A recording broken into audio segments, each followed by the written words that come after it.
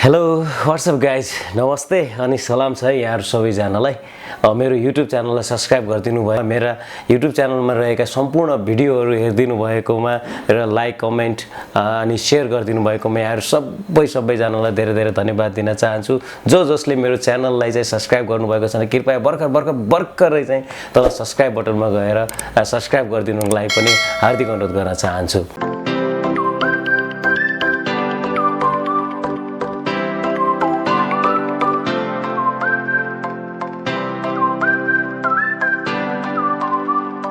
आज नयाँ भिडियोको साथमा छु। यो नयाँ भिडियोमा म एउटा नयाँ इन्फर्मेसनको साथमा यहाँहरु सामु प्रस्तुत भइसकेको छु। 21औं शताब्दीमा हामी सामाजिक सञ्जालसँग जोडिदै गर्दाखेरि हामी फेसबुक, युट्युब, इन्स्टाग्राम र पछिल्लो क्रममा टिकटक हामी चलाउँछौं। सोशल साइट्सहरु चलाउने बेलामा हामीले इमेल एड्रेसको आवश्यकता पर्छ।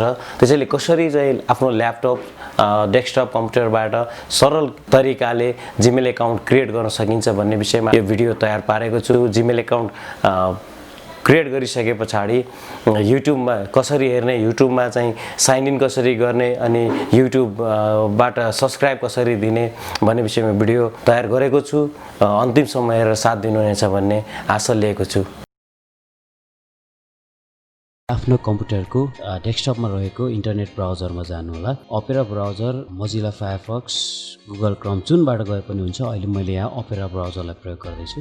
अपेरा ब्राउजर खुले पछाडी यो एड्रेस बक्समा गएर www.gmail.com टाइप गर्नु होला।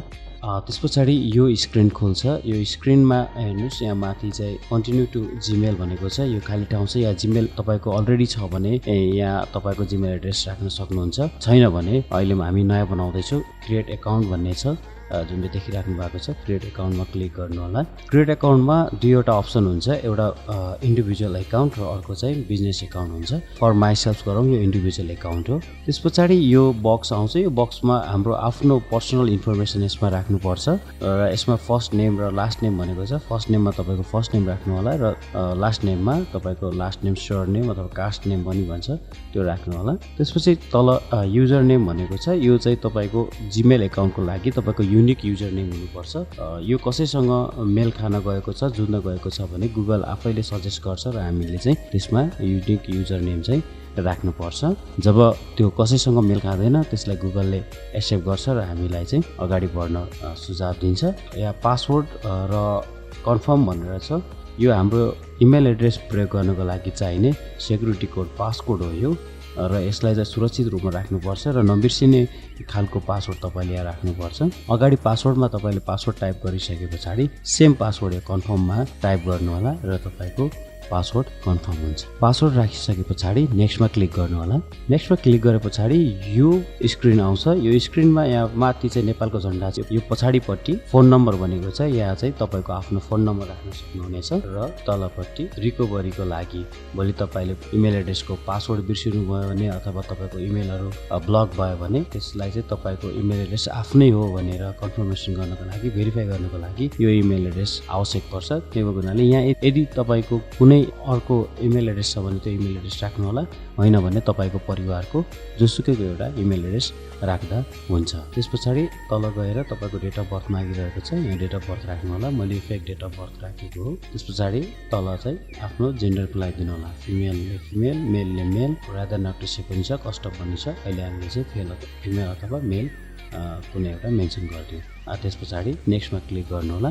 नेक्स्टमा क्लिक गरिसके पछाडी तपाईलाई जीमेलले एउटा भेरिफिकेसन कोड पठाउँछ तपाईले राख्नुभएको मोबाइल नम्बरमा।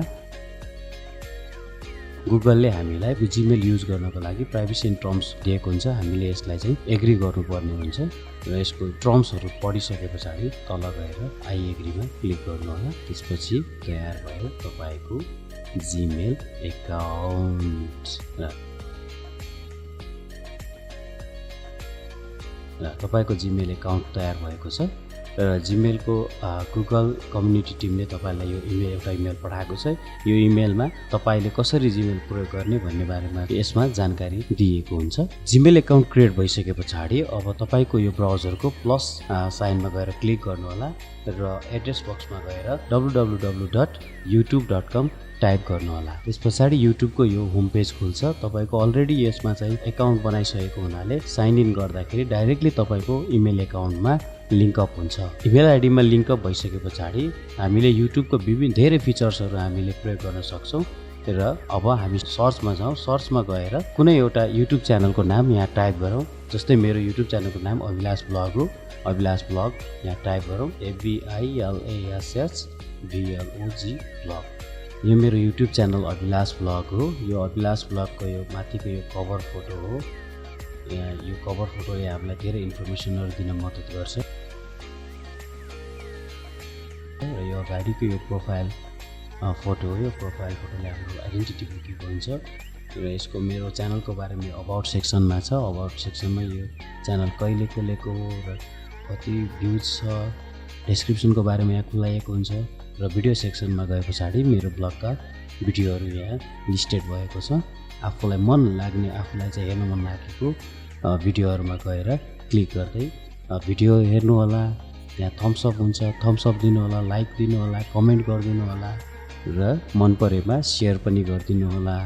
आजलाई यति नै। फेरि अर्को ब्लगमा यस्तै इन्फर्मेसनको साथमा उपस्थित हुनेछु। तबसम्मलाई थ्याङ्क यू, धन्यवाद, बाई बाई, सी यू।